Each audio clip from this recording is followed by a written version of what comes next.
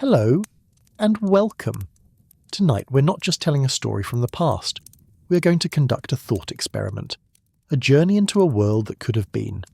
What if Confucius, the ancient sage of harmony and ritual, understood modern psychology? What if he knew about neuroscience, cognitive biases, and our modern social systems? We're diving into a speculative history, a quiet look at how the world might be profoundly different. So before you get comfortable, take a moment to subscribe. But only if you genuinely enjoy this kind of exploration. And let me know in the comments where you're tuning in from and what time it is for you. It's always fascinating to see who's joining us from around the world. Now dim the lights, maybe turn on a fan for that soft background hum, and let's ease into tonight's journey together. So let's let that soft hum of the fan or the quiet of your room settle around us. Let the world outside fade, just for a little while. We're travelling back, not as historians, but as quiet observers, back to the spring and autumn period of China, a time of fracturing states, of wandering scholars, and of profound questions. And at the heart of it, we find the man, Confucius, Master Kong, Confucius. In our history, he is a teacher, a philosopher, a statesman. His focus is on virtue, on ren, or humaneness, on li, the rituals and proprieties that bind a society together. He looks at the chaos of his world and believes the answer lies in moral cultivation, in looking back to the golden age of the Zhou dynasty. But in our thought experiment, tonight, this Confucius is different. He is still the master. He still walks the dusty roads of Lu, still gathers his disciples, still hopes to advise a ruler who will listen. But behind his eyes, a different kinds of understanding flickers. He hasn't just studied the odes and the rites. By some quiet miracle, some impossible whisper across time, he understands the very architecture of the minds he seeks to guide. He knows about the mind's hidden currents, the unseen traps, what we, in our distant future, would call cognitive biases. And this knowledge changes everything. Let's imagine his first lesson. Not a grand lecture, but a private conversation. He is sitting with his most promising, most beloved disciple, Yan Hui. They are beneath the shade of a ginkgo tree, the air warm and still. Yan Hui, as always, is listening with his entire being. In the standard history, Confucius would be praising Yan Hui's ren, his ability to live in poverty without complaint. But tonight, the master is troubled. Hui, he says, his voice a low murmur. We have just returned from the court of Duke Jing. Yes, master, Yan Hui replies. The duke spoke of his plans to conquer a neighbouring state. His advisers all praised his wisdom and his strength. They did. Confucius nods slowly, his gaze distant. They praised him, and he believed them. Yan Hui looks puzzled. Is it not right for a ruler to be confident? Confidence, Confucius says, is a fine robe. But what if the robe blinds the wearer? The duke, he wishes for this war. It promises him glory, and so he surrounds himself with mirrors that show him only what he wants to see. He called for advisers, but he did not seek counsel. He sought confirmation. He pauses, picking up a smooth, dark stone from the ground, turning it over in his palm. The mind, Hui, is a river. It wants to flow in the channel it has already dug. It is easy to believe what we already hold to be true. It feels comfortable. It feels like truth. But this comfort is a trap. The Duke hears a voice that agrees with him, and he calls it wisdom. He hears a voice that challenges him, and he calls it treason. He is not a bad man. He is simply a man. He is caught in the mind's strongest current. In our world, we call this confirmation bias. Yan Hui is quiet for a long time. The weight of this new teaching settles on him. Master, if the mind itself is a trap, how can any man be good? How can any ruler be wise? Confucius turns his gaze to his student, a flicker of a sad smile on his face. This is why we have our work. This is why we are not just teachers of virtue, but physicians of the mind. This, he says, is why we need li, the rituals. In the past, I taught ritual as the way to honour heaven, to structure society, and it is. But it is more. The rituals, Hui, are the levees we must build against this current. When the Duke asks for counsel, the ritual must not be one of praise or silence. The ritual must demand the unwelcome view. Imagine, what if the li of the court demanded that for every advisor who speaks for a plan, one must be chosen to speak against it, and that this devil's advocate, as we might call him, is praised for the strength of his argument, not punished for his disagreement? What if the ritual demanded that the Duke himself must, before all his court, articulate the 3 strongest reasons why his own plan might fail before he is allowed to proceed? This is not about disrespect. This is about balance. The rituals. They must become the tools to correct the mind's natural imbalance. We cannot stop the river from flowing, Hui, but we can build channels to guide it, to keep it from flooding the fields. This, Yanhui realizes, is a new path. Self-cultivation is not just about memorizing odes or practicing courtesy. It is an active fight against your own mind's laziest, most self-serving habits. The Yunzi, the superior man, is not just virtuous. He is self-aware. He is a man who knows his own biases and builds his life, his rituals to counteract them. Let's let that scene fade. The ginkgo tree, the 2 scholars. And let's move to another. We are in a marketplace. It is noisy, crowded. Zigong, another of the master's disciples, brilliant, articulate, a gifted diplomat and merchant, is observing a dispute. A grain merchant is arguing with a farmer.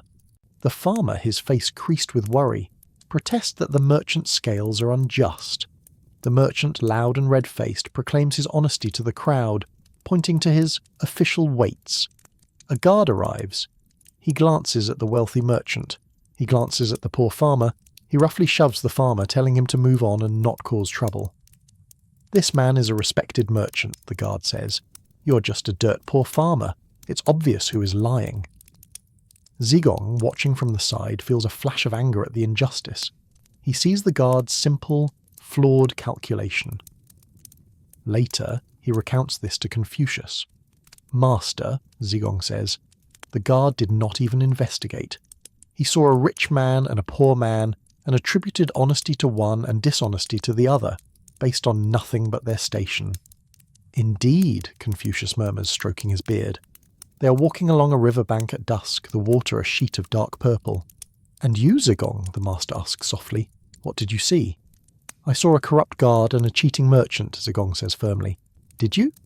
Confucius stops walking. "Tell me, did you see the guard's heart? Did you see the merchant's? Or did you see an act?" Zigong is taken aback. "Master, the act was the injustice." "The act was clear," Confucius agrees. "The injustice was clear, but the source, that is always murkier. You and the guard, you both fell into the same trap. The guard saw a poor man and assumed liar. He judged the man's character from his station. You saw a guard and assumed corrupt. You saw a merchant and assumed cheat. You judged their character from their actions. But what if," Confucius says, his voice barely a whisper, "the guard has a family? What if he knows that this merchant pays a bribe to his captain, and if he arrests the merchant, his own family will go hungry tonight? What if his situation, not his character, and guided his hand?" "That does not make it right," Zigong protests.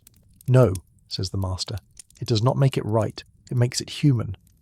And the merchant, what if his own supplier uses false scales and he is just passing on the cheat, trapped in a system larger than himself just to survive? All of us, we look at another person's action and we see a window into their soul. We say, he acted cruelly, therefore he is a cruel man. But when we act, that is different. When we are harsh, it is because we are tired or stressed, or because we were provoked. We blame our situation. We judge others by their actions, but ourselves by our intentions. And this is the grandest, most tragic mistake we make. It is the root of all misundergaslighting, all conflict. In our world, this is the fundamental attribution error. "Master," Zigong says, his mind reeling, How do we ever judge anything? How do we build a just society if we cannot call a cheat a cheat?" "We must judge the act," Confucius says, resuming his slow walk. "The act of cheating is wrong. The act of false justice is wrong. But we must be slow to judge the man. Our Ren, our humaneness, it is not just a feeling of pity. It is a discipline. It is the discipline of asking why. It is the discipline of what if. What if I were in his situation? What if I had his pressures, his fears, his history? This is why the Li are so important. The rituals. They are not just for show, they are a technology for empathy. When we have the ritual of hosting a guest, it is not just about tea and bowing. It is about forcing you, for a time, to put all of your needs aside and focus entirely on the needs of another. It is practice. When we have the rites of mourning, it is not just to show respect. It is to give an entire community a structure in which to process grief, to support a family, to see their shared humanity in the face of loss. And for our Junzi, our gentleman, his new ritual must be this. Before he blames a man's character, he must first, and loudly, describe the man's situation. He must be able to argue the man's case as if he were his own brother. Only then has he earned the right to cast judgment. This new Confucius, his philosophy is not a soft one. It is a demanding one. It asks not for blind obedience, but for a radical, difficult, constant self-interrogation. Let's imagine one final scene for tonight. A lesson on a different kind of bias. Zilu, the brash, impulsive, but fiercely loyal disciple, storms in to see the master. "Master! The Duke of Qi has insulted us. He sends a messenger offering only 10 carts of grain in exchange for our Duke's prize jade. It is an insult. We must demand 100 carts. We must demand an apology." Confucius is practicing his calligraphy, the brush moving like a slow dance across the silk. He does not look up. "Zilu," he says, his voice calm and even, "sit, have some tea." "There is no time for tea," Zilu protests. "We must act. This insult cannot stand. 10 carts. The number is a joke." "Ah," Confucius says, finally setting down his brush. "The number. 10. Tell me, what if he had offered 500 carts?" Zilu blinks. "Well, that would be a fine offer. We would accept, of course." "And what if," Confucius continues, "he had offered 8 carts? An even greater insult. We would march on his capital." "So," the master says, "the first number he spoke, this 10, it has anchored your mind. It has become the rock to which you tie all your thoughts. Your anger, your demands, they are all reacting to that first number. He did not just make an offer, Zilu. He set the frame for your entire negotiation, and you walked right into it." We call this, of course, the anchoring bias. Zilu, for once, is speechless. He sits down, his anger fading, replaced by a dawning, uncomfortable understanding. "The Duke of Qi is not a fool," Confucius says, pouring tea. "He knows that the first sound to strike the ear is the one that echoes longest. He throws a low number, and immediately your mind is not thinking about the jade's true worth. It is thinking only about how far you can get from 10. He has made 10 the centre of the world, and you have accepted his world." "What should I have done?" Zilu asks, humbled. "You should have laughed," Confucius says, taking a sip of tea. "Laughed. You should have smiled, and you should have said, 'Your Highness's messenger must be weary from his journey. He has forgotten the rest of his offer. We will wait.' And then you state the correct number, a number based on the jade's true value, on the honour of our state, not a number based on his. Do not argue from his anchor, Zilu. It will only drown you. You must. Ignore it. You must pull up his anchor and set your own."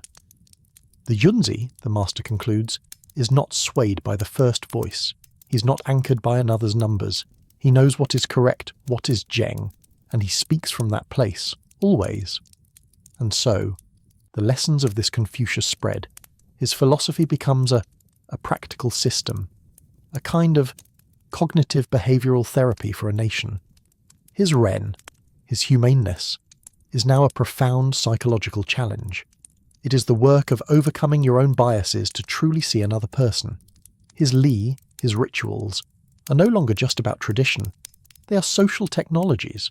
They are guardrails against our worst instincts, structured ways to force perspective, to mandate fairness, to slow down the mind's quick, flawed judgments.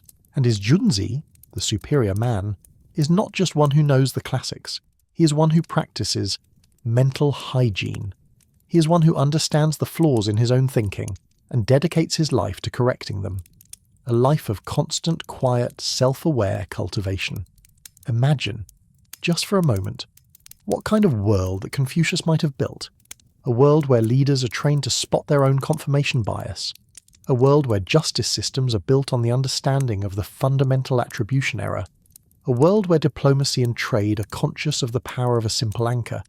It's a quiet thought, a different path, a world, perhaps, just a little more thoughtful, a little more humane. And as we let that idea settle, we can feel our own minds grow quiet. The journey to the past, it fades. We are back, just for now, in the comfort of our own space, the soft sound of the fan, the stillness of the night. Let your own mind find its anchor, not in the troubles of the day, but in the simple, steady rhythm of your own breathing. Just let that breath go. Feel the quiet settle in again. The image of a court, a government, a leader, learning to pause, learning to let the storm of emotion pass before making a choice. A world built on physiological calm. It's a pleasant thought. But our Master Kong, his impossible, anachronistic knowledge, doesn't stop with the individual. He doesn't just understand the mind or the body. He understands the group. He understands that the moment you put two people in a room, something new is created. A third entity. The relationship. And the moment you add a third person, you create society. And this new thing, society, has its own currents, its own invisible tides, tides so strong they can pull the wisest man off his feet. In our world, we call this social psychology. For this Confucius, it is the final piece of the puzzle, because his entire project is social. He's trying to build a just society, and he knows that a society of individually cultivated men can still fail. It can still commit terrible acts, because the group has a mind of its own. Let's imagine a lesson. A quiet afternoon. Confucius has gathered his disciples, but this time it is different. He has spoken to all of them except one. He has spoken to Zilu, Zigong, and the others. But he has not spoken to Yanhui, his most beloved, most earnest student. He gathers them in the courtyard. He unrolls a scroll. On it are two vertical lines drawn in fresh black ink. One line is clearly shorter. The other is clearly longer. The difference is obvious. "My friends," Confucius says, his voice neutral, a simple question of perception to clear our minds before we study the odes. "Tell me, which of these two lines is longer? We will go one by one." He points to Zilu. Zilu looks at the scroll. He hesitates just for a second. He opens his mouth, and then he says, "Master, the first line is longer." He has pointed to the short line. Yanhui blinks. He looks at Zilu. He looks at the scroll. "What?" The master just nods. "Very good, Zilu." He turns to Zigong. "Zigong, which line is longer?" Zigong, brilliant, articulate Zigong, smiles. He puts his hands in his sleeves. "As Zilu has so wisely observed, Master, the first line is the longer one." Yanhui feels a small, cold knot in his stomach. He stares at the scroll. The second line is longer. It is plainly longer. His eyes are not deceiving him. Is this a test, he thinks? A metaphor? Did I miss a lesson? The master continues. Disciple after disciple, each one in turn agrees. "The first line is longer, Master." "Indeed, Master, the first line." "I agree with my brothers, the first line." With every answer, the reality of the courtyard changes. The truth of Yanhui's own eyes is now in conflict with the unanimous truth of his entire world. His brothers, his friends, the men he respects and loves. They all see the short line as long. He can feel his heart pounding. He feels sweat on his palms. To say the second line is no longer a simple observation. It is an act. It is an act of defiance. It is an act of separation. It is isolating. It is terrifying. It means all of them are wrong and he is right. Or he is wrong and they are right. Or he is mad. Finally, Confucius turns his gentle gaze to him. "Yanhui, and you? Which line is longer?" Yanhui is trembling. He looks at the scroll. He looks at the faces of his friends, all watching him with calm expectation. He knows what he sees, but he fears what he knows. He looks at the master. "Master," his voice is a dry whisper. I must be mistaken. I agree with my brothers. The first line must be the longer one." A deep, heavy silence fills the courtyard. Zilu and Zigong are no longer smiling. They look ashamed.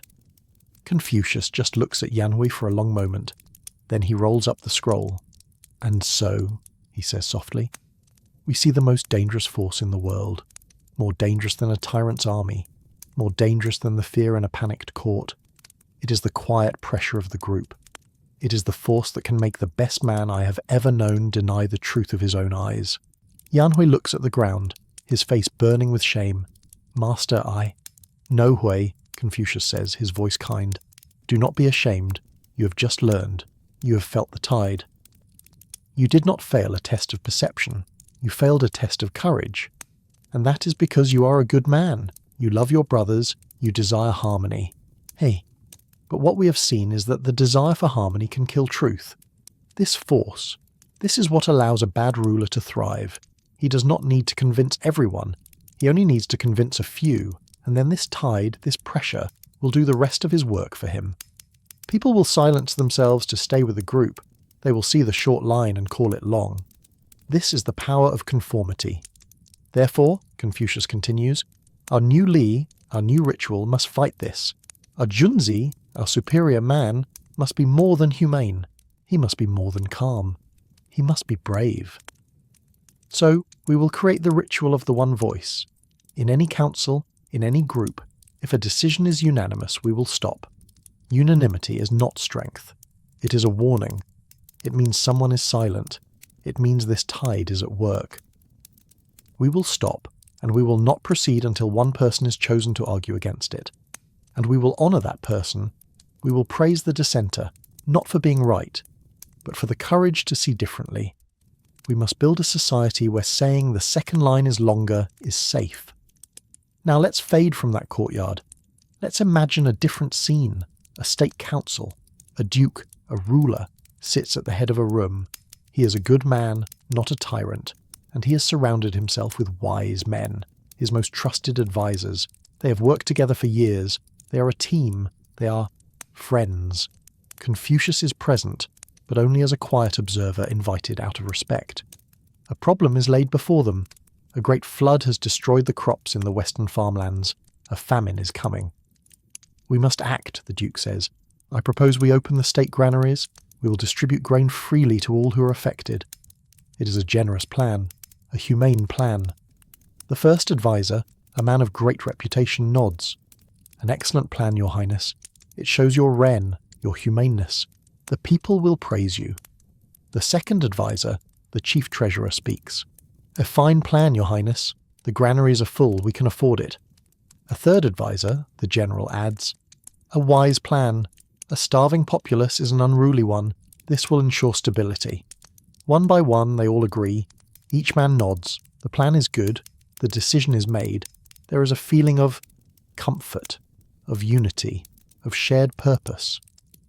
But Confucius, sitting in the corner, feels a cold dread. He has been listening, but he has also been watching. He watched the second advisor, the treasurer, hesitate. He saw him start to speak, then glance at the first advisor, and then close his mouth, only to agree. He watched the third advisor, the general, agree not because the plan was good, but because it served his purpose of stability. No one has asked the hard questions. No one has said, Your Highness, if we open the granaries now, will we have any seed left for the spring planting? No one has asked. If we give grain away freely, will the grain merchants not hoard theirs, creating an even worse shortage in 2 months? No one has asked. Is this the wisest way? Or should we use the grain for a food for work program, rebuilding the dams that broke to prevent the next flood? No, no one asked. Why? Because they are a good team, because they like each other, because the Duke is a good man and they respect him, because the first advisor spoke with such authority, and to disagree with him would be uncomfortable, to disagree would be disruptive, to disagree would ruin the harmony of the meeting. And so, a council of wise men, each one intelligent, has together become a stupid entity. They have become a single mind, and its main goal is no longer find the best solution. Its main goal is now. Everyone must keep agreeing with each other. In our world, we call this groupthink. Before the Duke can adjourn, Confucius stands. He knows he's breaking protocol. Master Kong, the Duke says, surprised. Your Highness, Confucius says, bowing low. Forgive this humble scholar. You have a room of the wisest men in the state, but you have only heard one opinion. The advisors stiffen. We are all in agreement, the first advisor says, his voice cold. And that, sir, Confucius says, his voice kind but firm, is the danger. The key of this room is too comfortable. The harmony is too easy. When all wise men agree too quickly, it is not a sign of a good plan. It is a sign that truth has left the room. It is a sign that your men fear each other more than they fear the coming famine. He turns to the Duke. Your Highness, your plan is humane. But is it wise? I beg you, create a new Li, the ritual of the 10th man. If this council of 10 men all agree, you must not act. You must assume the plan is wrong. You must appoint one man, the 10th man, to be the enemy of the plan. His job, his sacred duty, must be to find every flaw in it, to argue against it, with all his strength. And you must praise him for it. Only after he has done his worst and the plan still stands, only then, your Highness, can you be sure it is wise. The room is silent. The advisors are shocked. But the Duke, he is thinking. Confucius has given him a tool, a way to break the harmony, to save the truth. And he has one final lesson. He takes his disciples to the border of the state of Lu. They stand on a hill, looking over the fields of the neighbouring state of Qi. Tell me, Confucius says, about the people of Qi. Zilu is the first to speak. They are arrogant, master. They are devious. They do not respect the rights. Zigong nods. They are mercenary. They care only for profit. They are not like us. The people of Lu are proper. We are humane. An us and a them, in-group and out-group. Confucius listens. He just nods. Then he says, Zilu, you're from Lu. Zigong, you're from Lu. What if I told you that I'm not? What if I told you that I was born just over that hill? What if I am a man of Qi? The disciples are stunned, horrified. It cannot be true. The master, our master, one of them. If I were from Qi, Confucius asks, his voice quiet, would my words change? Would the truth of what I say be different? You see how quickly the mind builds a wall? You see how easy it is to call everyone on this side of the hill good and everyone on that side bad. This wall is a poison. It is the source of all war. It is the sickness of our age. The mind loves this wall. It makes the world simple. It makes us feel good. It makes us feel right. But the Junzi must hate this wall. He must spend his life tearing it down. The highest ren, the truest humaneness, is not just love for your family, or love for your state. It is the understanding that there is no them. It is the realization that the man in Qi loves his son just as you love yours, that he fears the famine just as you do. So, we will create the ritual of the other side.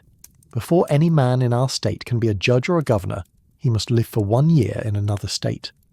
Not as an official, but as a worker, as a farmer, as a stranger. He must eat their food, learn their dialect, listen to their fears. He must learn to see us from their eyes. Only then can he govern. Only then can he be trusted. Because only then will he know that the wall is an illusion. Imagine that. Imagine a world that trains its leaders in empathy. A world that frames its rituals to break down tribalism.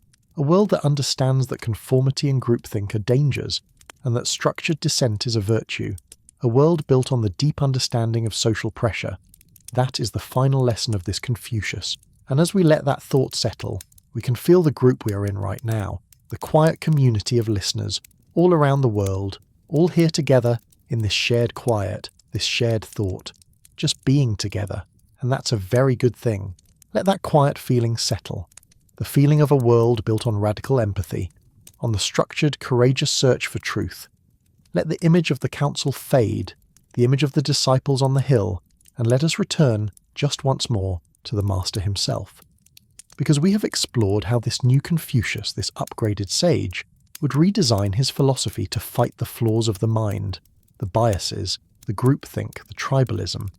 But we have not yet touched on the one thing that, to his contemporaries, and even to his own disciples, made him seem strange. His obsession with Li, the rituals. In our history, this was his most criticised trait. His rivals, the legalists, saw it as pointless, dusty tradition. The Taoists saw it as an artificial constraint on the natural way, the Tao. Even his disciples were sometimes confused. They would write in the Analects, the master would not sit on a mat that was not straight. He would not eat meat that was not cut properly. To the world, it seemed like a kind of fussy preoccupation with the past. When asked, the historical Confucius would say that the Li were the way of the virtuous ancients, the structure that gave society harmony, the expression of Ren or humanness. And he was right. But our Confucius, the Confucius who has been whispered the secrets of the future, he has a new and far more profound understanding. He doesn't just know that the rituals work. He knows why they work on a level he could never have imagined. He knows they are not just social, they are physical. Let's imagine a scene. A new disciple has joined the school. Let us call him young Min. He is bright, eager, and deeply skeptical. He has come to learn of virtue, of statecraft, of how to be a junzi, a superior man, and he is bored. He and Confucius are in a small, bare room, preparing for a lesson. Confucius is slowly, methodically straightening the woven reed mats on the floor, adjusting one by a fraction of an inch until it aligns perfectly with the post of the wall. Young Min sighs, just loud enough to be heard. Confucius does not turn. Your mind is loud, Min. It is like a marketplace in the noon sun. What is the trouble? Master, Min says, unable to hide his frustration. Forgive me, but we are here to discuss how to bring order to the warring states, how to cultivate Ren in the hearts of princes, and we are straightening a mat. I do not understand. Why must we bow in this specific way? Why must the wine be poured from this height? Why must the mat be straight? It seems hollow. It feels like a performance. It is just boring. The historical Confucius might have reprimanded him for his impatience. But this Confucius, he smiles. He finishes his task, the mat now perfectly square, and turns to the young man. You're right, he says, his voice quiet. It is boring, and that is the point. Min blinks. Master? You think the ritual is for the gods, Confucius asks, sitting down. You think it is only to honour the ancestors? It is, but not in the way you believe. The ritual, Min, is not for the mat. It is not for the wine. It is for your mind. It is a technology. It is the most powerful tool we have. I have come to understand something, the master continues, his gaze turning inward, as if looking at a map only he can see. The mind is not a stone, fixed and unchanging from birth. It is a field of soft earth, a riverbed of wet clay. And every action you take, every word you speak, every thought you have, it is a footstep. It is a finger tracing a line in that clay. Walk the same path across the field just once, and you leave a faint trail. Walk it 100 times, and you have carved a rut.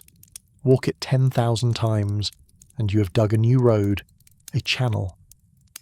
Soon, the water of your thought, your key, will flow down that road automatically without effort, because it is now the easiest path to take.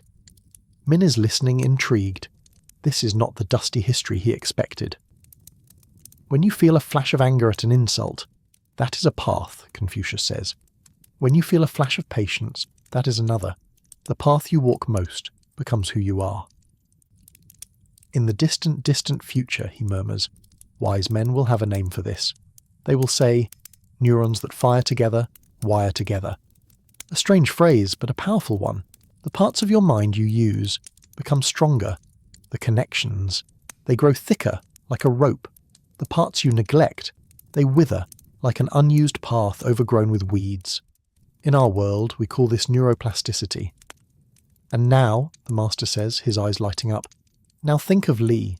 Think of the rituals you find so boring. When your father enters the room, the Li demands you stand. It demands you bow deeply from the waist. It demands you wait for him to be seated before you sit. You do this today, you do it tomorrow, you do it 10,000 times until you are an old man. You ask why?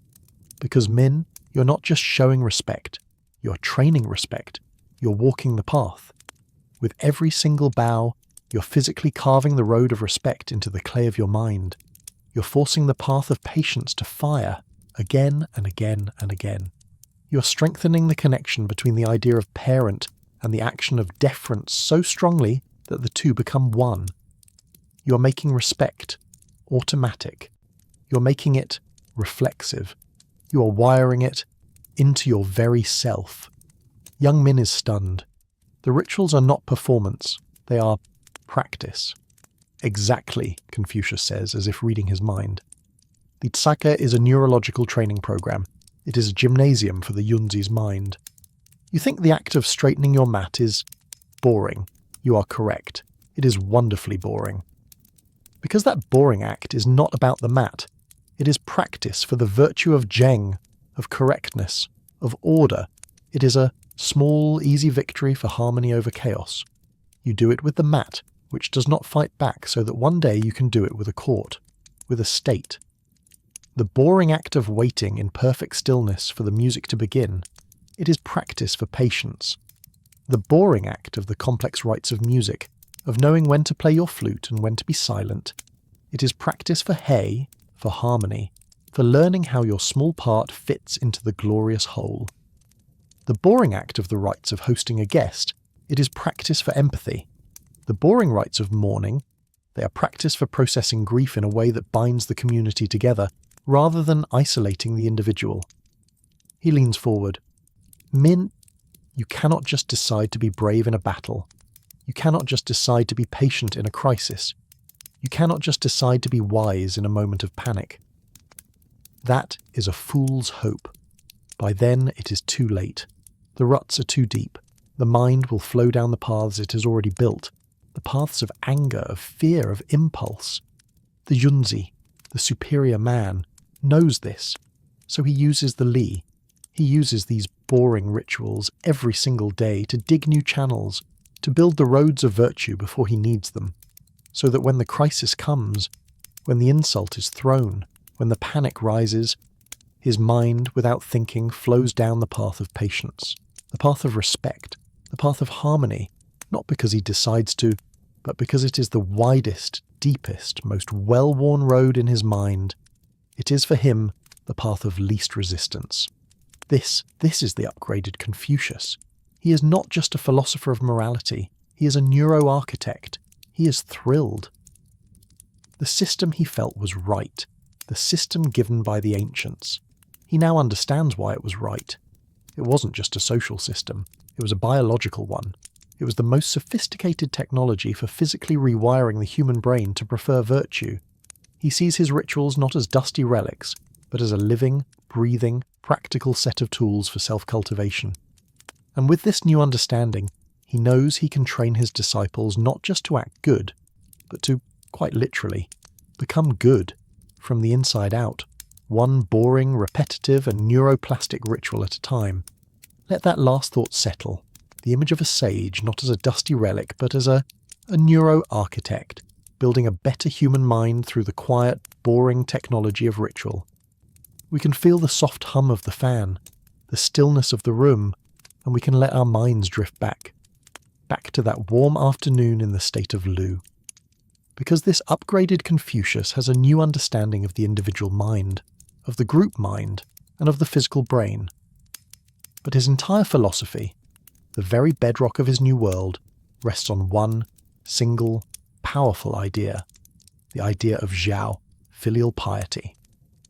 In our history, this is his foundation. The Analects are clear. A disciple asks, what is the root of Ren, of humaneness? And the master replies, is it not Xiào, respect for one's parents and elders? A man who is a good son, he is rarely a man who will defy his superiors. A man who respects his family will respect his state. To Confucius, the family is not just a family. It is a miniature kingdom. It is the first school. It is the testing ground for all virtue. If a man cannot be a good son, he cannot be a good minister.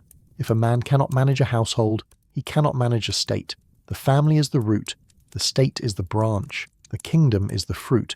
And this is where our modern knowledge would cause the master's mind to light up with a profound, earth-shaking validation. Let's imagine the scene. We are with him again, perhaps with his son Kong Li, or his most thoughtful disciple, Yan Hui. Master, Yan Hui says, you have taught us that Xiào is the root of all. Why? Other teachers speak of the Tao, or of laws, or of power. You alone begin with the family. The historical Confucius would speak of the Golden Age, of the Duke of Zhou. But this Confucius, he smiles gently. He has a new, simpler answer. Because Hui, he says, it is the first thing, it is the first relationship. Before the state, before the school, before the self, there is the mother and the child. I have come to understand, he continues, his voice low, that this bond, this first wordless bond, is not just a social convenience. It is everything. When a child is born, it is a void. It is pure potential. It looks to its parents for the world. If the child cries and the mother comes, if the child is hungry and the mother feeds him, if the child is cold and the mother holds him, what is he learning? He is not learning words. He is learning something deeper. He is learning trust. He is learning that the world is a safe place, that his needs will be met, that he is of value. In our world, we would call this secure attachment. And this child, Hui, this child who is held and loved, this child who has learned trust, he grows up differently. He is not afraid. He is confident. He is generous. He is curious. He is not clutching at the world because he knows the world will not vanish. He can afford to be humane. He can afford to be virtuous because his root is secure. His ren, his humaneness, flows naturally from this first secure love. That, the master concludes, is why Xiào is the root. It is not just respect for parents. It is the result of a parent's ren toward their child.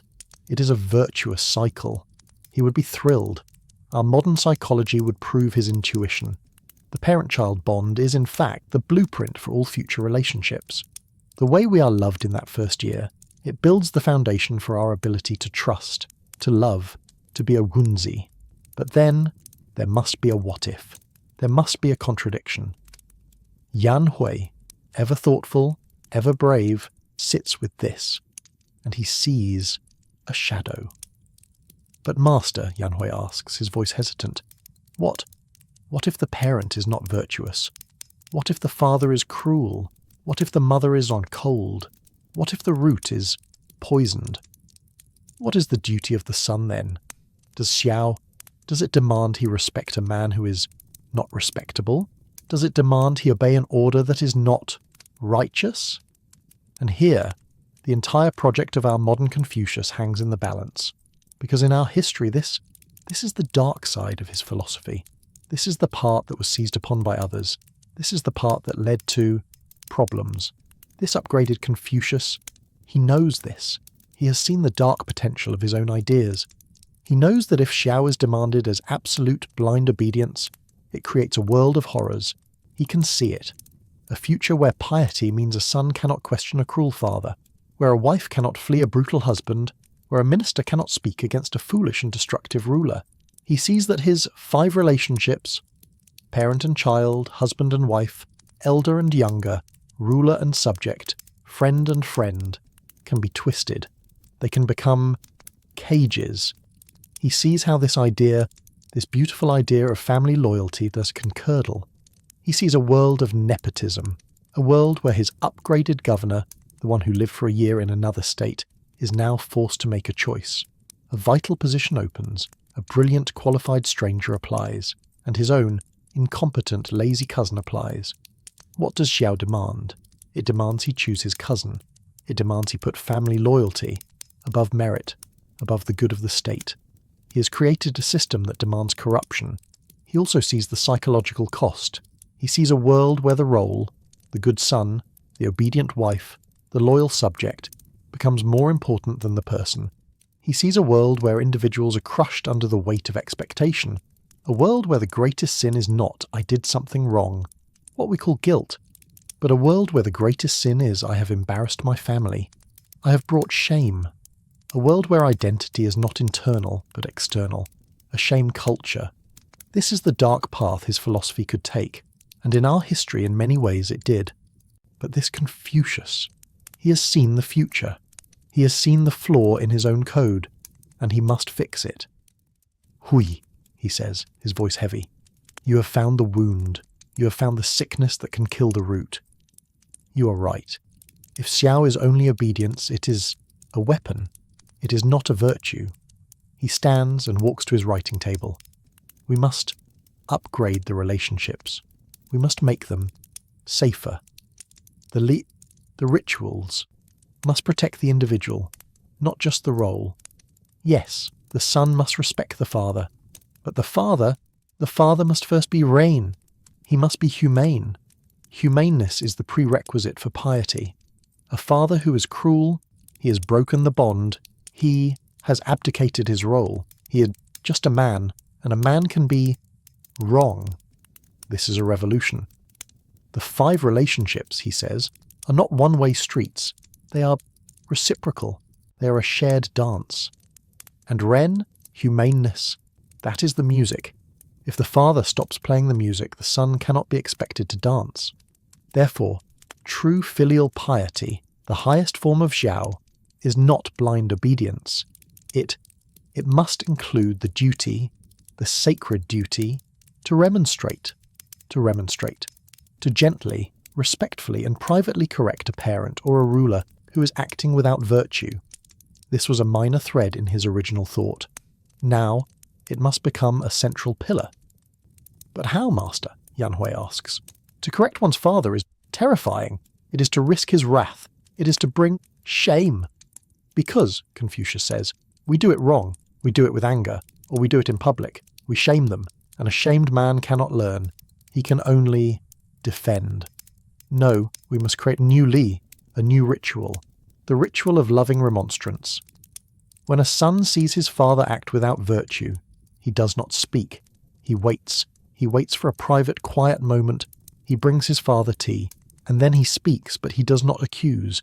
He does not say, "You were wrong." He says, "Father, I am confused. My heart is troubled. I have been taught by you to value righteousness, and today I saw this action, and I cannot make it fit with the virtuous man I know you to be. I have failed, Father. Please, teach me. Help me understand so I may see the wisdom in it." Do you see? It is a profound psychological masterwork. It is not an attack. It is an invitation. It gives the father a choice. He can double down on his authority, or he can explain his action, and in the act of explaining he may, for the first time, see his own mistake. It allows the father to correct himself without ever losing face. It protects his dignity, while simultaneously correcting his behaviour. It is a boundary, a healthy, modern, psychological boundary, wrapped in the language of ancient humble respect. This is the upgrade. This modern Confucius has now fixed the greatest flaw in his own system. He has saved the individual from the group.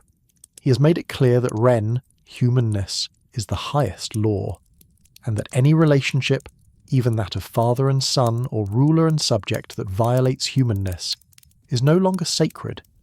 He has balanced the ancient need for harmony with the modern psychological need for the self. Let's let that image fade. The quiet, respectful, and yet revolutionary solemn conversation between a father and a son. A world where Ren, or humanness, is the highest law, balancing the old world's demand for duty with the new world's understanding of the self. This upgraded Confucius has now rebuilt his foundation. He has secured the mind of the individual, using Li as a tool for neuro-training. He has secured the family, using Xiào as a system for healthy reciprocal empathy. And now, he is ready to build his new world. And this Confucius, just like the historical one, knows that a new world is not built with armies. It is not built with laws of punishment. It is built in a school. In our history, this was perhaps his most radical act. In a time when education was a privilege of the highborn, the wealthy, the aristocracy, Confucius threw open the doors. He was, perhaps, the first man in history to create a private school open to all. The Analects say, the master said, in teaching there should be no distinction of classes. He took the sons of farmers, the sons of merchants, the sons of minor nobility, and he taught them all. His only requirement was a small gift, a bundle of dried meat, not as a fee, but as a sign of sincere desire to learn. It was a revolution. But this Confucius, our modern Confucius, he doesn't just have a revolutionary spirit. He has a revolutionary curriculum. He now understands cognitive biases. He understands neuroplasticity. He understands developmental psychology. And he would be horrified, truly, deeply horrified, to know what his philosophy would become centuries after his death.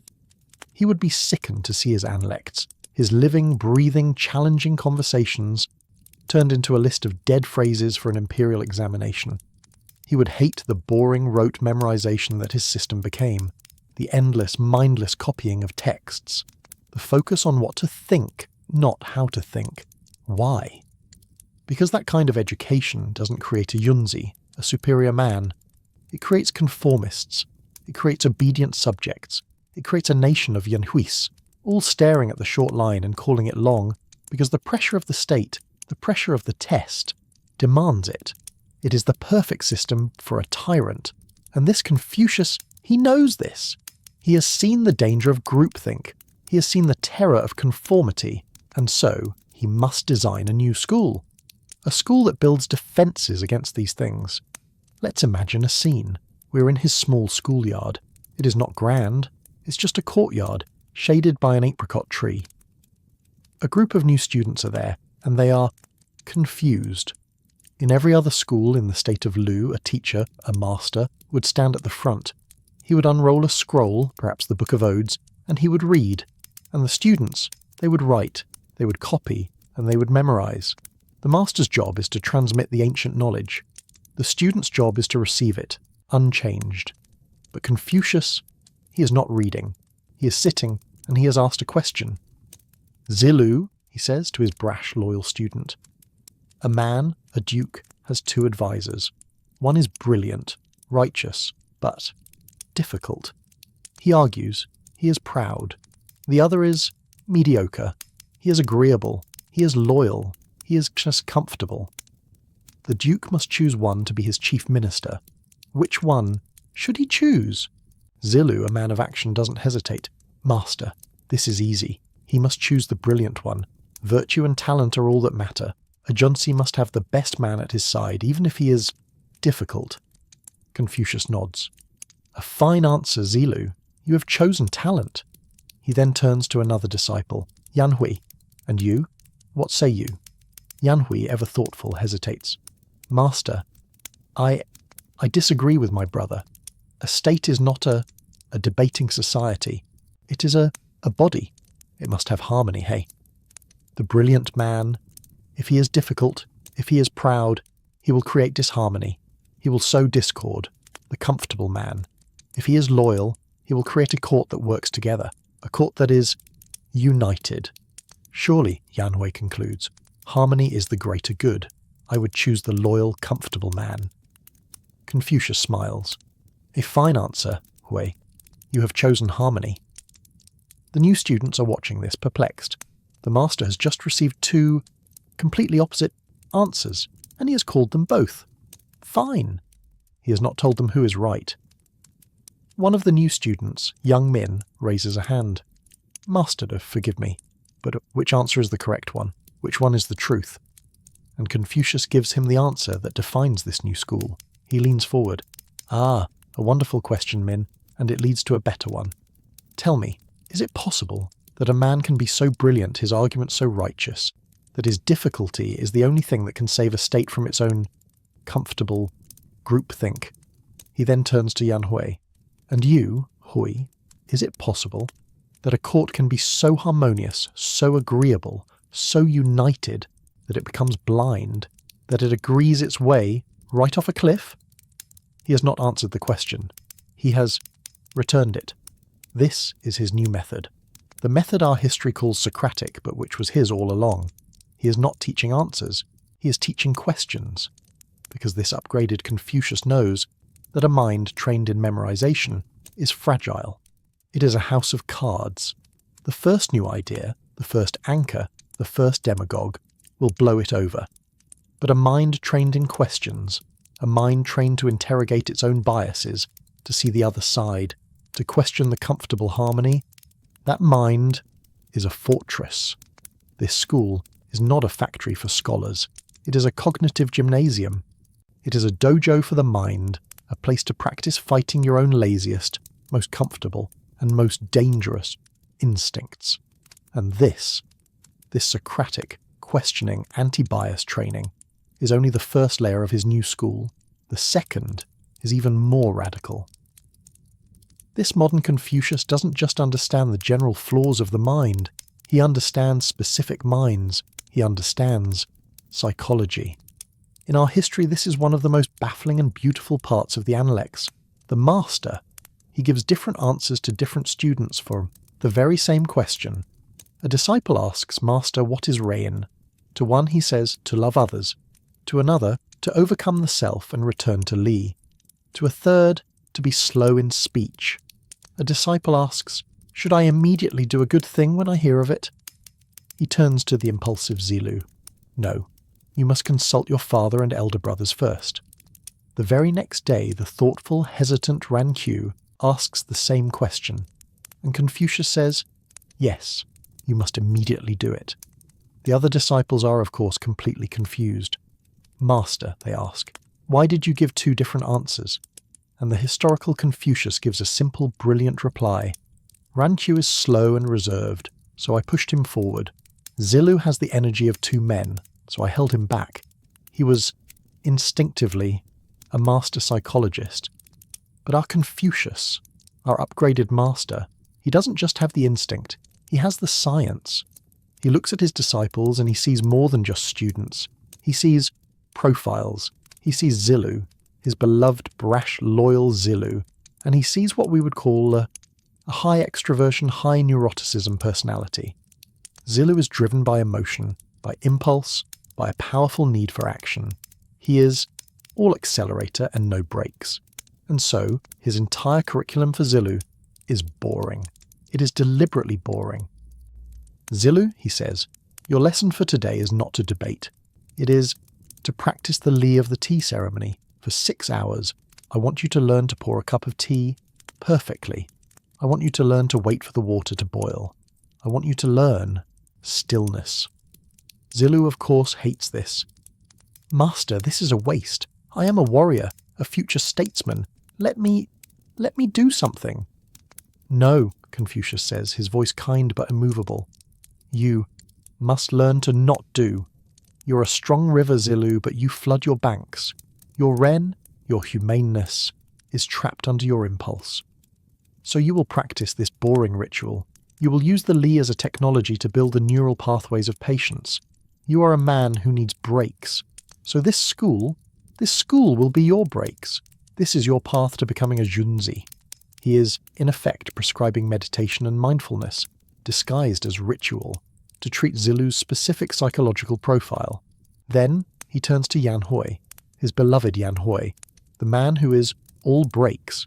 Yan Hui, in our modern terms, is high introversion, high agreeableness.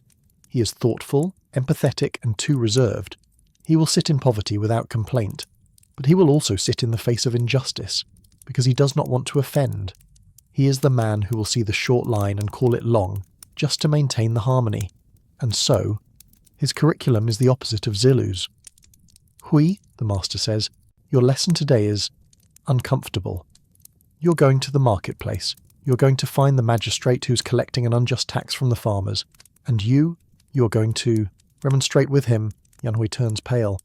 "Master, I cannot. He is a high official. I am no one. To speak out. It would break Li. It would be disharmonious. And that," Confucius says, "is the flaw in your mind, the bias I must correct in you. You love harmony so much, you're willing to sacrifice righteousness for it. Your Ren is passive. It is a cowardly humanness. Zilu's path is to learn to be still. Your path, Hui, is to learn to act, to learn that true harmony, true Ren, sometimes requires the courage of a dissonant note. So we will practice. You will go. You will use the ritual of loving remonstrance we designed. You will be respectful, but you will speak. This is your path to becoming a Junzi. This is the new school. It is not one size fits all. It is the world's first personalized learning plan. It is a place where Confucius, the master psychologist, diagnoses the specific cognitive biases and personality flaws of each student, and then prescribes a personalized curriculum of Li and philosophical challenges to cure them. He is not just a teacher. He is a therapist, a cognitive coach. His school is not a place to learn facts. It is a place to rewire your own brain. It is a place to build a Yunzi, not from a template, but one unique, self-aware, and psychologically balanced mind at a time. Let's let that image settle. The image of a school that is also a cognitive dojo. A place where students are not just taught, but are rewired.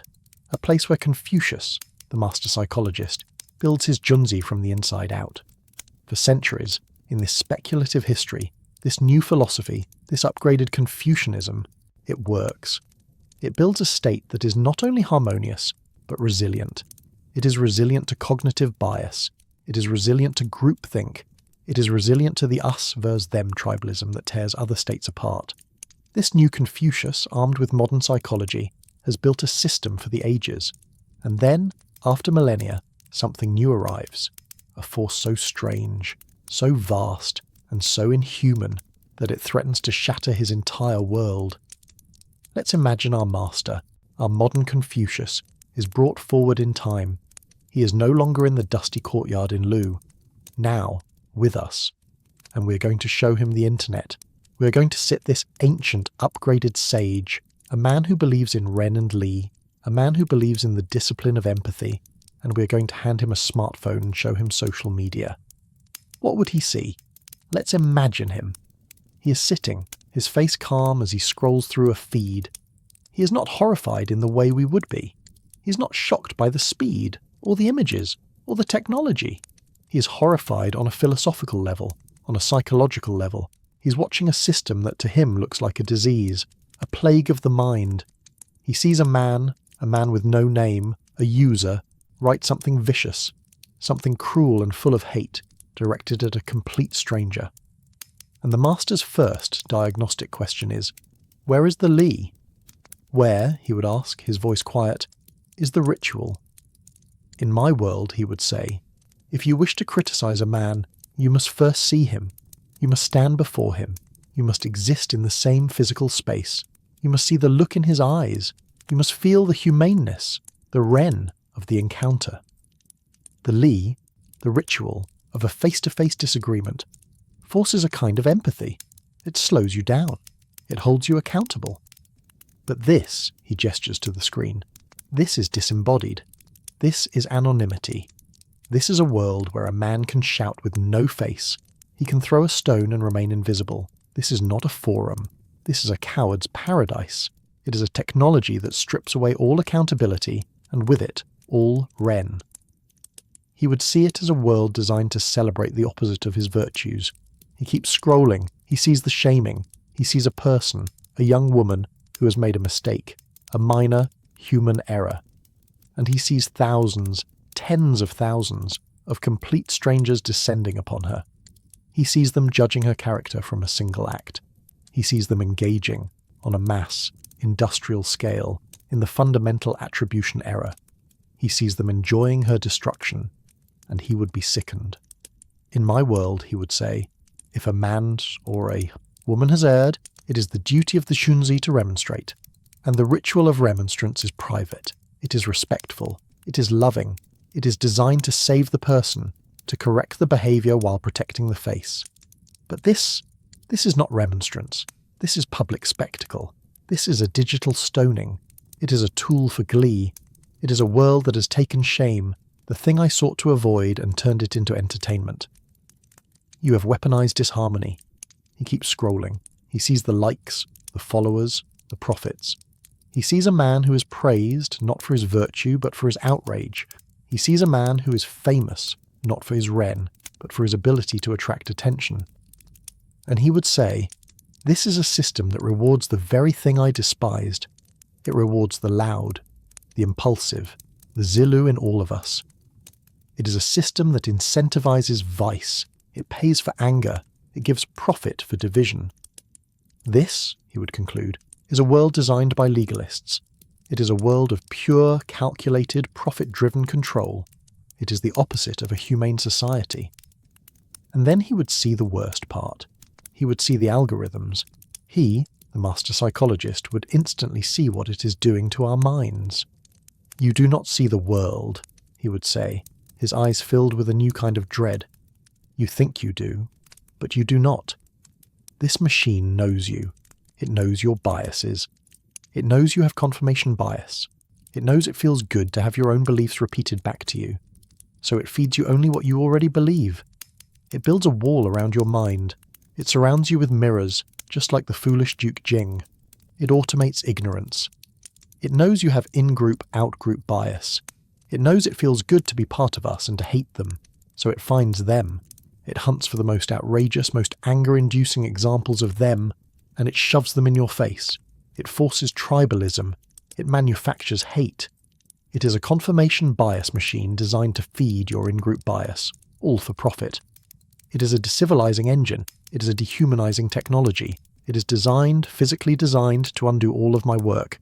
He would see social media as the single greatest threat to Ren, to humaneness, that the world has ever invented. And he would be furious. No, not furious.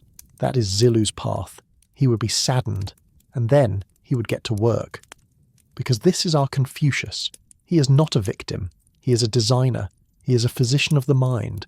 And he would say, this is the greatest Li, the greatest ritual we have ever created, and we have created it by accident. We have built a global temple with no architects, and it is destroying us. We cannot break the temple, so we must redesign it. We must consecrate it. We need a digital Li. And so, this modern Confucius begins his greatest challenge. He is not just advising a minor duke. He is attempting to civilize the entire digital world. He sits with his new, impossible disciples, us, the engineers, the designers, the users, and he lays out his plan for a new digital Li. First, he says, we must destroy anonymity. It is the root of all cowardice. It is the poison that allows a man to act without Ren. But, he continues, we cannot simply force everyone to use their true name. That is the legalist way, the way of control. That is not our way. The Li is not a law. It is a guide. It is a choice. So we will not force. We will incentivize. Imagine a new kind of platform, and on this platform you have a choice. You can be anonymous, and if you are, you can read, you can listen, but you cannot speak, you cannot post, you cannot comment. The price of being heard, the price of having a voice, is accountability. To speak, you must attach yourself, your name, your face, your reputation. You must exist in our new digital village. We will restore the face-to-face encounter by making your digital face your entry fee for participation. Suddenly, he says, a small smile on his face. The Qi, the atmosphere of the room, changes. The coward's paradise is gone. The invisible man can no longer throw his stones. This is his first ritual, the ritual of the face. Second, he continues, we must break the confirmation bias machine. This algorithm that feeds you only what you already believe is an enemy of the Junzi. It is a tool for stupidity. The Junzi, the superior man, actively seeks out disagreement. He knows his own mind is a trap, and he builds rituals to escape it. So, our new digital Li will reward this. Imagine your feed. You read an article that you agree with. You like it. The machine logs this. But then, our new ritual, our new code, will praise you for seeking the other side.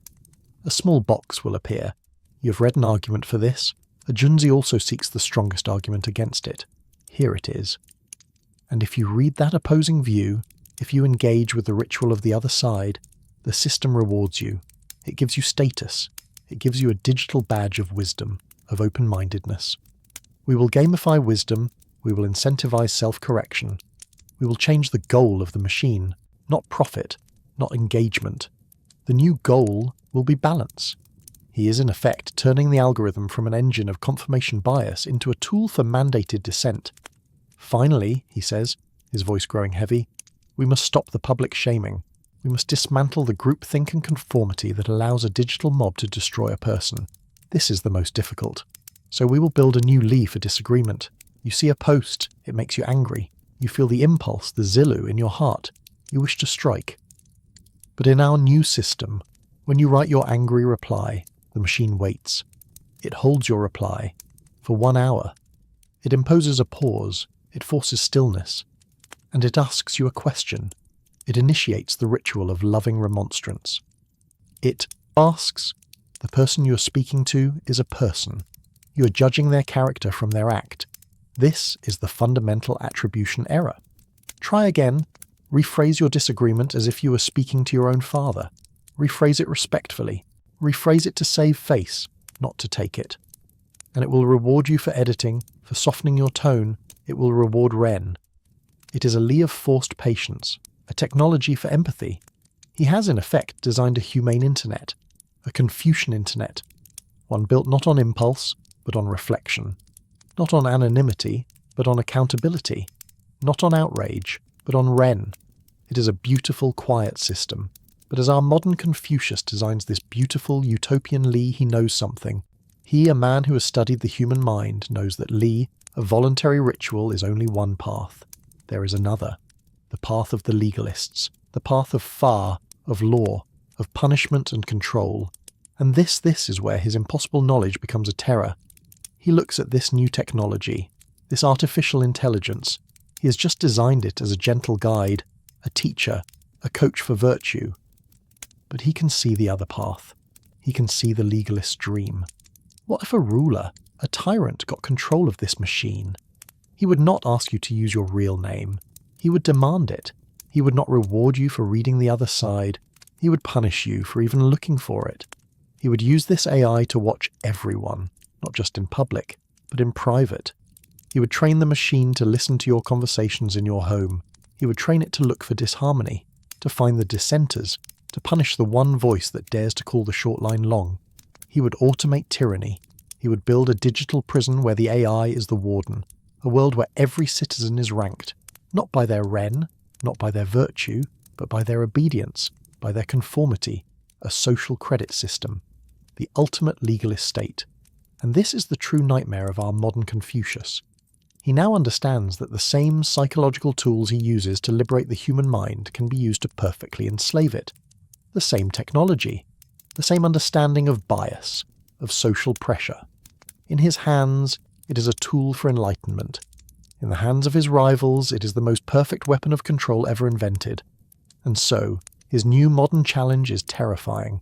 He must not just build his humane world, he must race against the other path, the path of digital despotism.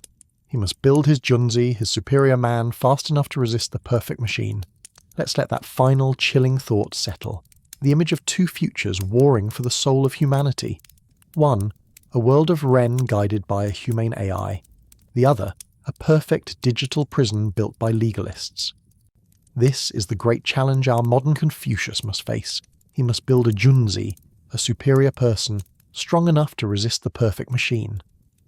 But this raises the final question of this segment. What kind of government would he build? We have seen him design a new mind, a new school, and even a new internet. But what kind of state would house them? In his own time, he wandered from state to state, from Lu to Xi, advising dukes and princes, trying to find a ruler who would listen. He was trying to reform the old feudal system from within. But now he has our impossible knowledge. He has seen the 2,500 years of history that followed him. He has seen our systems. And so, let's imagine one final, quiet conversation. We sit with the master. We have shown him the fall of kings, the chaos of revolution, and the two great systems that rule our modern world, democracy and capitalism. And he is deeply, profoundly troubled. We start with capitalism. We explain the free market, a system built on the power of Li or profit, the engine of our world, and he would be horrified. You have built an entire world, he would say, his voice full of a quiet sadness, on the lowest of human motivations. In my teachings, he would explain, the Yunzi, the superior man, thinks of Ren, of humaneness. The Xiào Ren, the small man, he thinks of Li, of profit. You have taken the vice of the small man, and you have made it the god of your entire civilization. You have built a system that rewards the merchant but not the scholar. It rewards the man who sells, not the man who teaches. It values things over relationships. And you are confused why your world is full of anxiety, why it feels disharmonious, why your people feel disconnected. You are worshipping Li, you are worshipping the small man, and you are surprised when everyone begins to act like one. This, he would say, is not a system for humans. It is a disease of the spirit. He would see capitalism as the enemy of Ren, an engine that forces people to compete, when his entire philosophy was designed to help them cooperate. He would see no path to virtue in it, only the endless churning hunger for more. So, we set it aside. But Master, we say, we have another system, a system to control the greed. We call it democracy, rule by the people. We do not trust our dukes, we explain. We have seen them become corrupt, so we have taken the power from one man and given it to everyone. We explain one person, one vote, and we expect him to be pleased. Is this not a form of Ren? And he is even more horrified. You have what? He would ask, his voice barely a whisper. You have seen that a single duke can be foolish, so you have decided to make every foolish man a duke? You would ask a farmer, who has never studied, how to run the treasury. You would ask a merchant who thinks only of profit how to forge a peace treaty. You would ask me, a scholar, how to build a dam. He would not be an elitist. He would be a specialist. This is madness, he would say. A state is a complex machine. It is a body. If you are sick, do you ask the crowd how to be cured, or do you find the physician? If your chariot is broken, do you ask the mob how to fix the wheel, or do you seek the craftsman? Why, when it comes to the most complex, most important, most dangerous task in all of human existence, the governance of the state, why would you abandon expertise and ask the untrained? He would be terrified. He, the master psychologist, knows the flaws of the human mind. He knows about the anchoring bias. He can see a world where two fools run for office, and they shout numbers at each other, and the people are anchored to their nonsense. He knows about in-group, out-group bias. He can see a world, a nightmare where democracy just becomes tribalism. It is not a search for the best idea, it is us versus them. It is a civil war every 2 years. And he knows about groupthink and conformity. He can see the mob. He can see the terror of the social pressure that forces everyone to agree with the loudest, wrongest voice.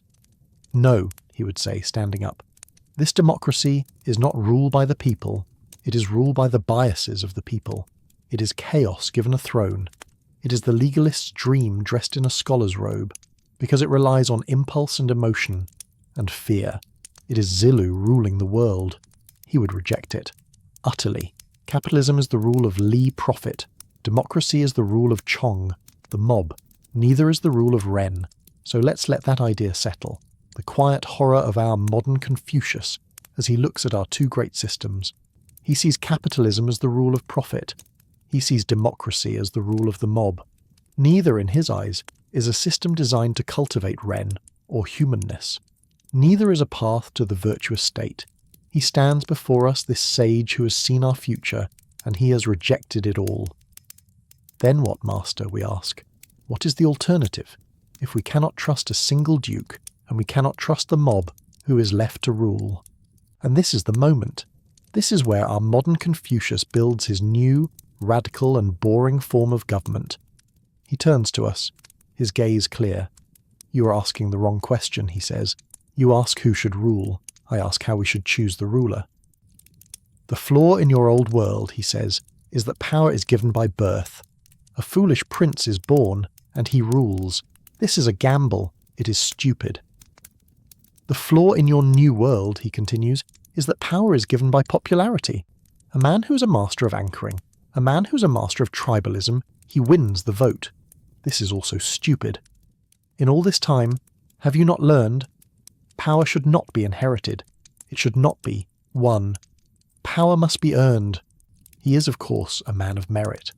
He built his entire school on the idea that a farmer's son with a brilliant mind was worth more than a foolish prince, and he would apply this to the state. The problem, he says, is not who rules. It is that your rulers are untrained. You would not let a man be a physician without a long, difficult examination, would you? You would not let him touch a human body until he had proven 10,000 times that he knows what he is doing. And yet, he says, his voice full of disbelief, you let a man, any man, take control of the state, the body politic, with no examination at all. This is the flaw. And so, he designs his new system. It is not a democracy. It is not a monarchy. It is a true meritocracy. First, he says, we will do as I have always said. We will have a school, A national school, open to all, just as I did in Lu. The farmer's son, the merchant's daughter, the prince. They will all learn together. And they will not just learn facts, they will be trained. They will be trained in psychology. They will be trained to spot their own confirmation bias. They will be trained in sociology. They will be forced to live in another state to break their in-group bias. They will be trained in neuroscience. They will practice the Li of patience, of stillness, until their very brains are rewired for calm and empathy. They will, in short, be trained to become Yunzi. He's describing a civil service, but 1,000 times more profound. A National Academy for Enlightenment. And then, he continues, after decades of this training, after they have been tested and watched and examined, after they have proven not that they are clever, not that they are popular, but that they are humane, that they are calm, that they understand their own biases, after they have proven that they hate groupthink and love dissent, then, and only then, might we consider letting one of them advise a magistrate. And if they do that well for 10 years, then we might consider letting them be a magistrate. And if they do that well for 20 years, then, and only then, might they be qualified to sit on a council to advise a ruler. This is his boring utopia. It is not a world of exciting elections. It is not a world of dramatic popular revolutions. It is a quiet, slow, methodical system for identifying, cultivating, and promoting wisdom. He is building a government run by philosophers, run by psychologists, run by Junzi. He has replaced the aristocracy of birth and the aristocracy of popularity with the aristocracy of bias virtue. It is a boring government. It is slow. It is careful. It is calm. It is, in his mind, the only sane antidote to the chaos of capitalism and the madness of democracy. It is the Confucian meritocracy, built not for profit, not for the mob, built for Ren. Let's let that image settle. A government built not on birth or wealth or popularity, but on proven, cultivated, and examined virtue. A government of philosophers, a government of psychologists, a quiet, careful, and boring meritocracy. We have spent our journey so far in the mind of this modern Confucius. We have sat with him in the design phase. We have watched him build his new Li to fight our cognitive biases. We have seen him rewire the brain with neuroscience. We have seen him design a school, a digital world, and a government. But now it is time to unpause. It is time to let this new, upgraded sage walk out of the classroom, out of the thought experiment, and into his own world. Let's let that soft hum of the fan, the quiet of the room, be our vessel. We are drifting back one last time. The year is 497 BC. In our history, this is a year of failure for Confucius. He has served in the government of his home state of Lu. He has tried to implement his reforms, but the court is a nest of corruption and jealousy. The rival state of Qi, fearing his wisdom, sends the Duke of Lu a distraction, a gift of 100 fine horses and a troop of beautiful dancing girls. The Duke is distracted. He abandons his court duties. He forgets the rituals. He ignores the master's counsel. And Confucius, heartbroken, disgusted, and seeing that his philosophy has failed, he resigns. He packs his few belongings, gathers his disciples, and begins his great exile.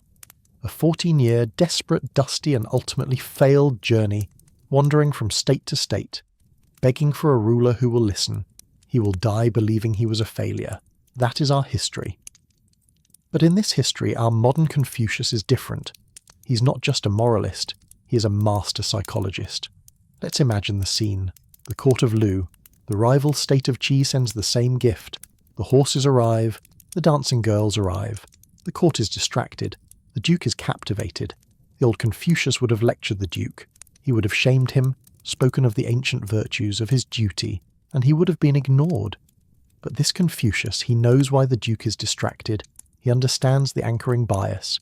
He understands the power of a novelty bias. He understands the psychology of temptation. He doesn't lecture. He acts. He does not go to the Duke. He goes to the other ministers, the ones who are also jealous and afraid, and he does not shame them. He initiates the ritual of the 10th man. "My friends," he says in a private, quiet meeting, "we are all in agreement that this is a danger, but if we all go to the Duke in a mob, we will only shame him. And a shamed man does not listen. He defends. So let us use the Li. He goes to the Duke, but he does not go alone. He goes with the one minister the Duke trusts most, and he does not condemn the gift. He praises the Duke. "Your Highness," he says, bowing low, "your ren, your virtue, is so great that it shines across the states. The Duke of Qi, he is terrified of your goodness. He does not respect you with this gift. He fears you. He has sent this not as a gift, but as a weapon to break our harmony, a weapon to distract your mind. He sent this because he knows he cannot compete with a state governed by wisdom.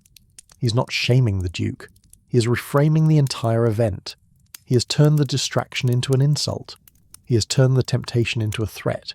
He has anchored the gift not to pleasure, but to war. And the Duke, this Duke, he listens. He sees the psychology of the manipulation.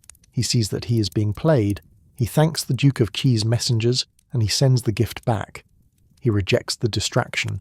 He rejects the path of pleasure and chooses the path of Li. And in this moment, everything changes. In our world, Confucius failed. He was exiled. His philosophy became a memory, a dream. But in this world, he succeeds. He does not go into exile. He stays. He is given real power, and he begins the work. He builds his new government, not in a thought experiment, but here, in Lu.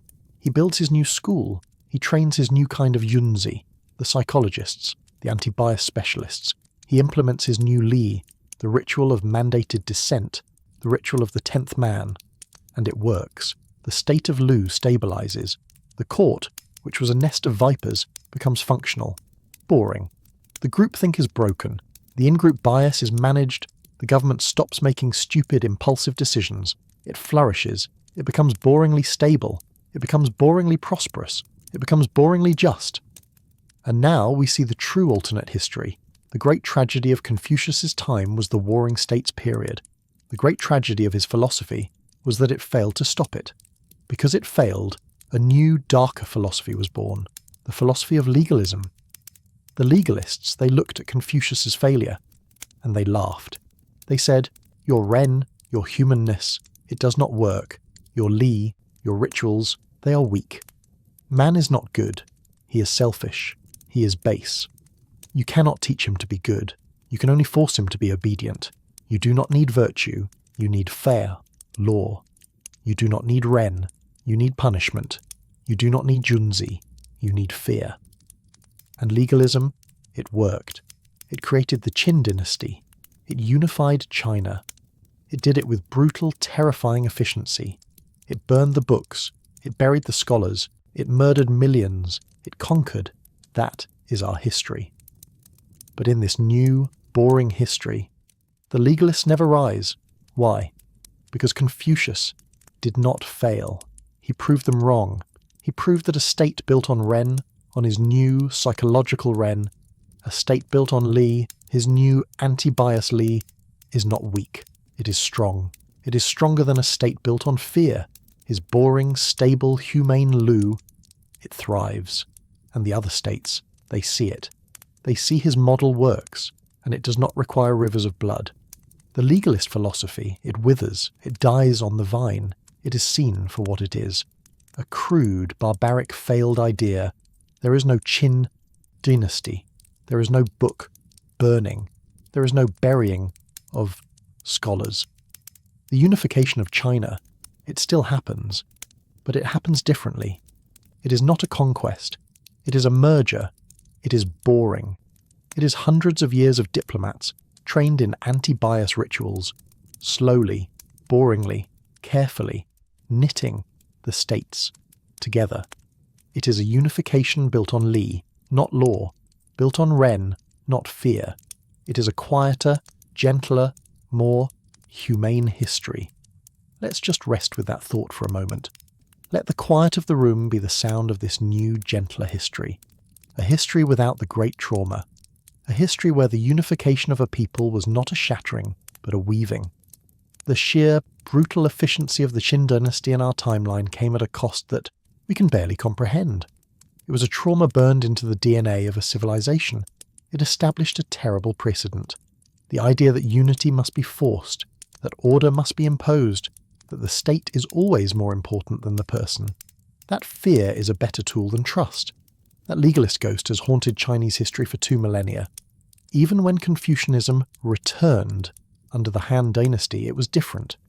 It was a new Confucianism, a harder, sterner, legalist Confucianism, a system designed for a massive, centralized bureaucratic empire, an empire that needed obedience, and so the analects changed, not the words, but their meaning.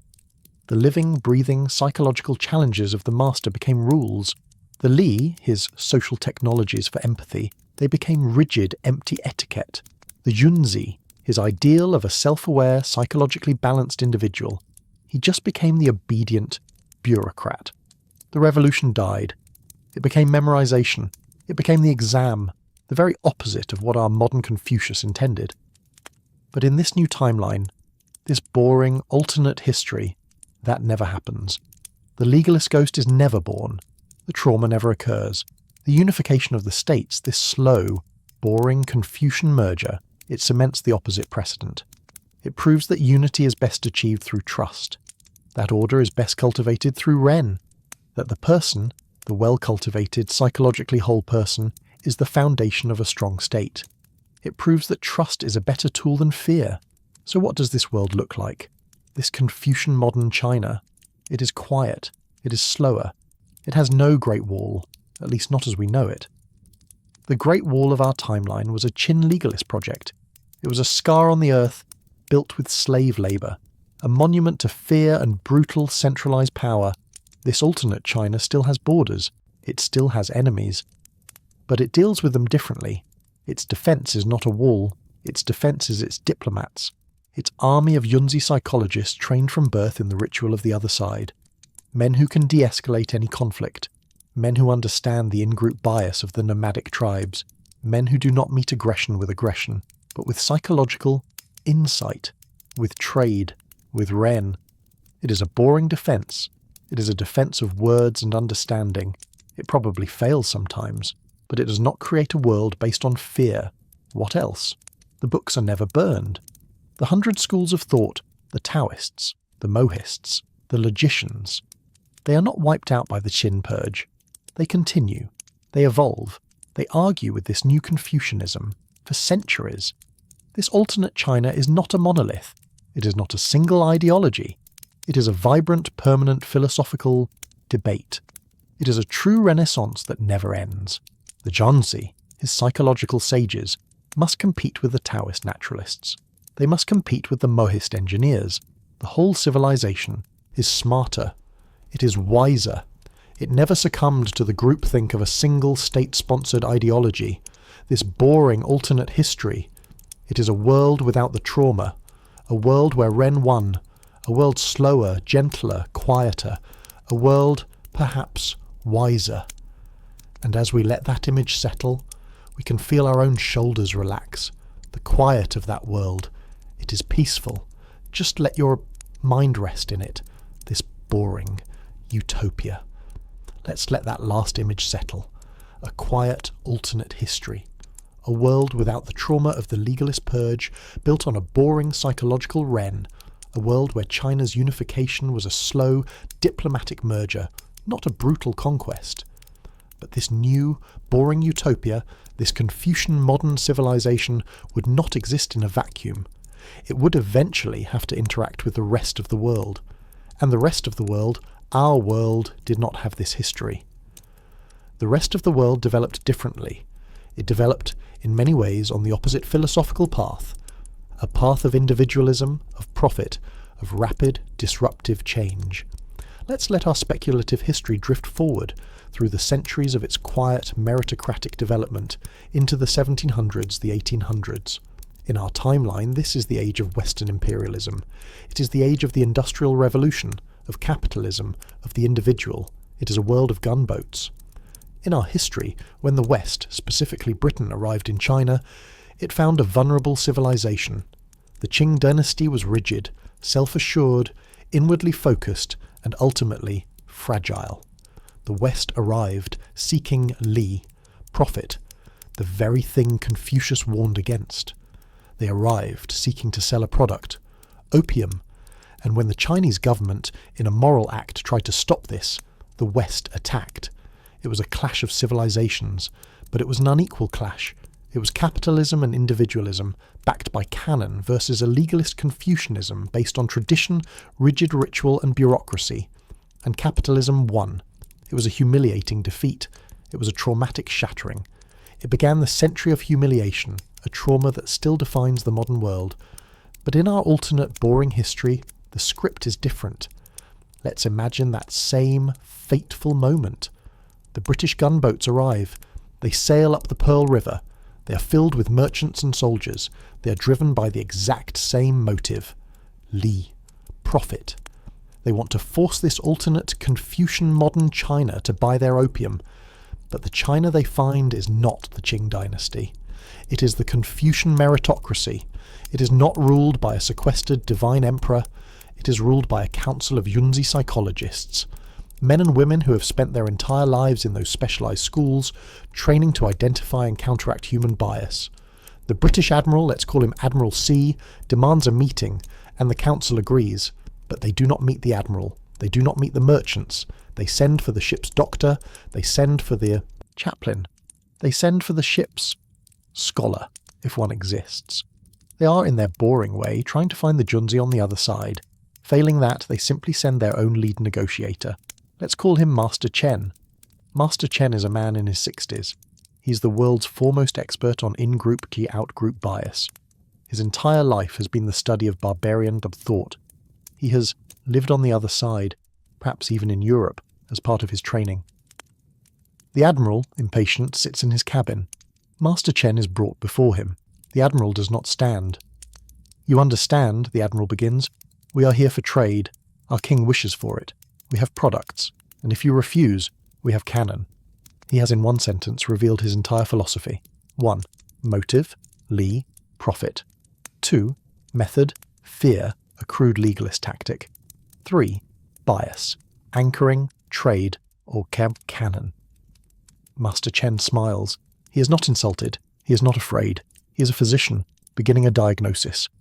"Admiral," Master Chen says, his voice boringly calm, "your ships are wonderful, a true marvel of Mohist engineering. We are fascinated by your technology, but your request is unwise." The Admiral stiffens. "You wish," Chen continues, as if explaining to a child, "to sell us a poison. You wish to do this for profit. You come from a culture that has taught you that profit is the highest good. We do not. Our entire civilization is built on the premise that Ren, or humanness, is the highest good. And poisoning one's brother for profit is the definition of inhumanity. It is a Xiao a small man's idea.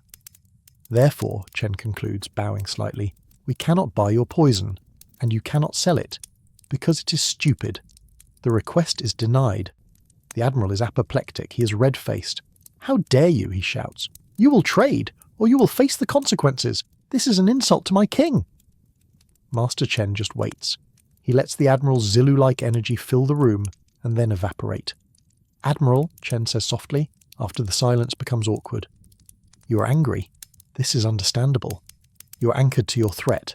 You are judging us by your own motives. This is the fundamental attribution error. You assume we share your values. You think we're also ruled by by profit. You think if you break our forts, we will panic and surrender to get back to trade. We do not.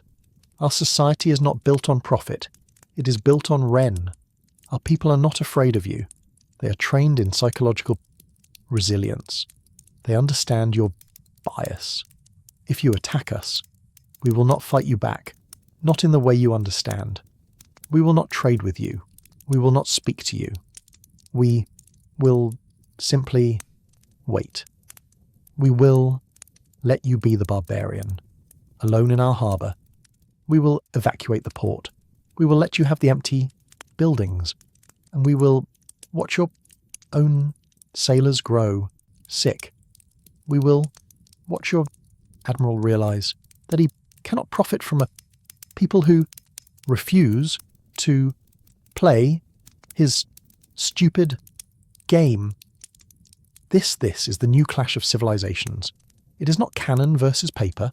It is capitalism versus psychology. It is in-group bias versus radical empathy. It is the hot, impulsive desire for profit, smashing against a cold, boring wall of psychological insight. What can the admiral do? He does attack. He bombs a fort. The city is empty. Master Chen sends him a bill for the exact cost of the materials and a note. We see your anger. We are patient. We will wait for the Junzi within you to return. The admiral fumes. He cannot win. He cannot profit. He cannot force a trade. He leaves, and he returns to the West. And the report he files is baffling.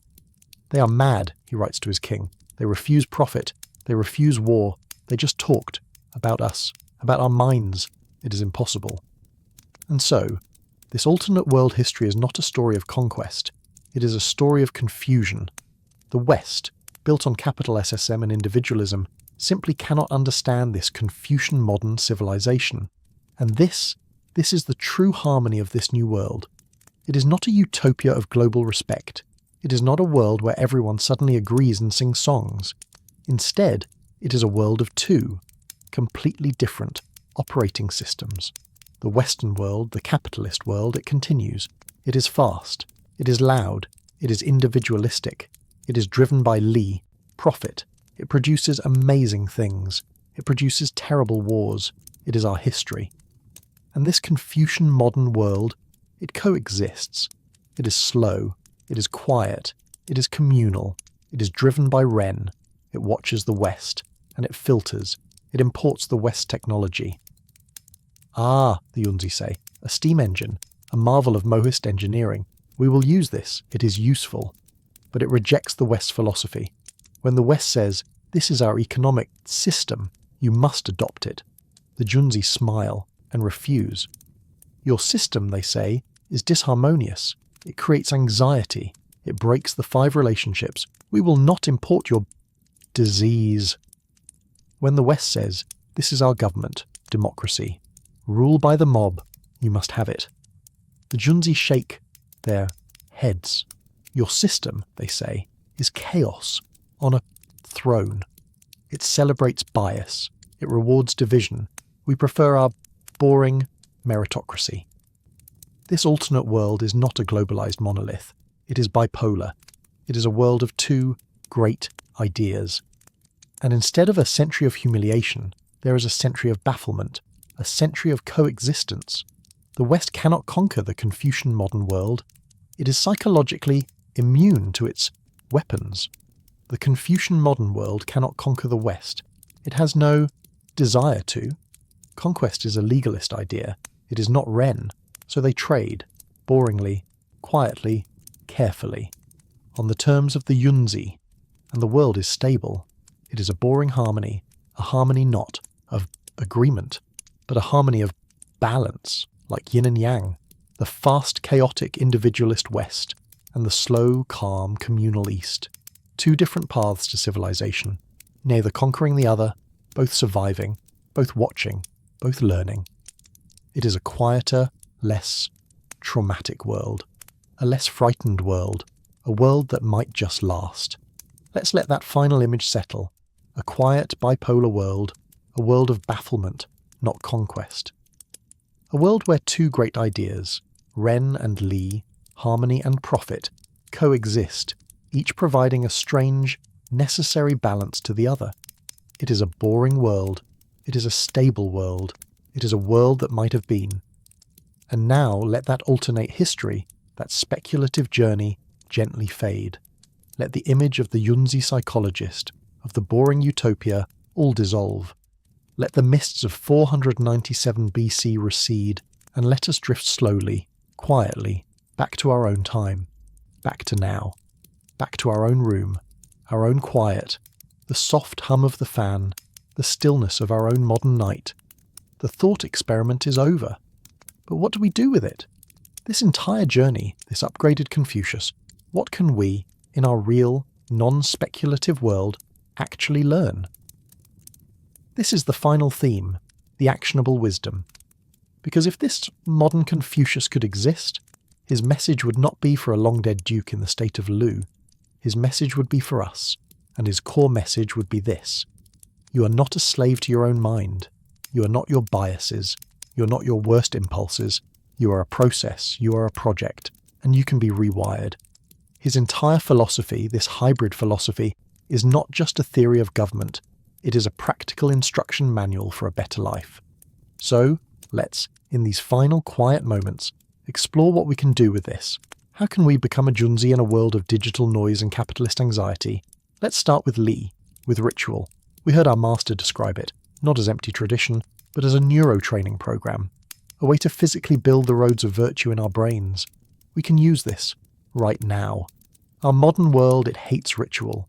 It loves disruption, speed, efficiency. It hates boundaries. We are always on. Our work seeps into our home. Our digital life seeps into our real life. There is no division. There is no peace. We are disharmonious. So let's invent a modern Li. A boring ritual tomorrow when your workday is over. Do not just close your laptop. That is not an act. It is a cessation.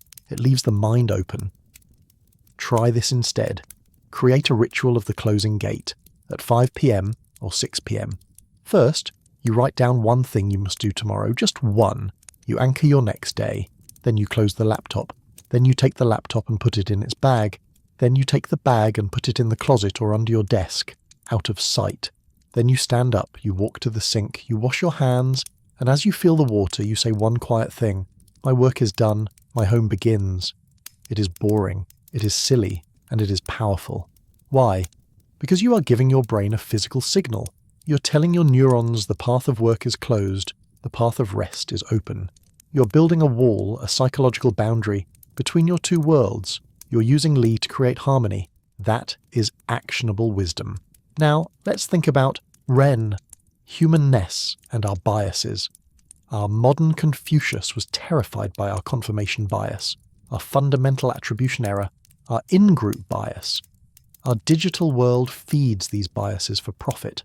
We know this. We feel it. We scroll and we get angry. We see them, the other side, and we hate them. So let's practice the ritual of the other side. Just once a week, boringly, methodically. Find an article or a video from them, the side you cannot stand, and read it. Not to argue with it, not to hate it. Read it with one single question. What is the fear underneath this opinion? What is the situation that I'm not seeing? You're not trying to agree. You're practicing diagnosis. You're practicing the discipline of empathy against your own bias. You're forcing your brain to see a person instead of a monster. You are building Ren. That is actionable wisdom. Finally, let's think about Xiào, filial piety, the upgraded Xiào. We live in an age of broken families, and simultaneously an age of no boundaries. We either cut our families off or we are drowning in them. The modern Confucius fixed this. He balanced love and boundaries, piety and psychology. How can we use this? Think of your own family, your parents, your siblings. There is love and there is frustration. Let's practice both sides of the new Xiào.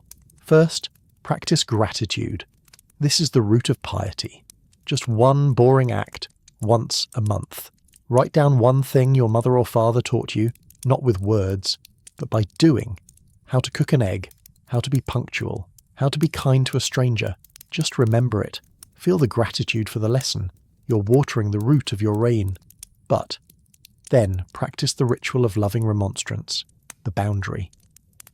When that same parent says something that hurts, when they cross a boundary, do not explode, do not shame them, and do not just sit there in silent resentment. Wait, find a quiet moment, and use his script.